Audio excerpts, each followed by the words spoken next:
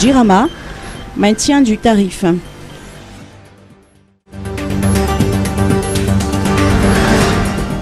Pour l'heure, l'État a décidé que le tarif de l'eau et de l'électricité sera maintenu à son niveau actuel. C'est la raison pour laquelle des efforts sont déployés pour réduire aussi bien le coût de production d'énergie que les dépenses relatives à l'achat du gazole, selon les explications fournies par Olivier Diomniage, directeur général de la Jirama. Nul besoin de rappeler que des négociations sont menées pour une révision des contrats avec les fournisseurs de la Jirama.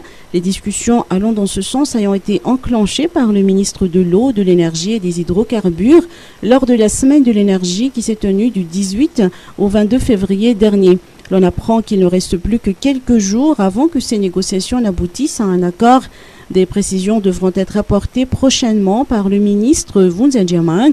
Si cela a pris plus de temps que prévu, c'est parce que différents éléments doivent être pris en compte. C'est le cas par exemple de la mise en place de barrages d'ici 5 ans qui auront des impacts et modifieront les contrats.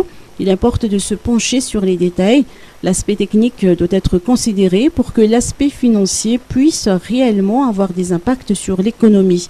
Les contrats qui ont été signés en 2016 pour Antananarivo comprennent des coûts fixes nécessaires pour l'amortissement, mais aussi des coûts variables s'assimilant à des coûts de gestion et enfin le carburant. Le coût complet qui est actuellement préconisé par l'administration réunit l'ensemble des paramètres. À noter que les négociations actuelles concernent uniquement les gros contrats, ceux fonctionnant à l'huile lourde.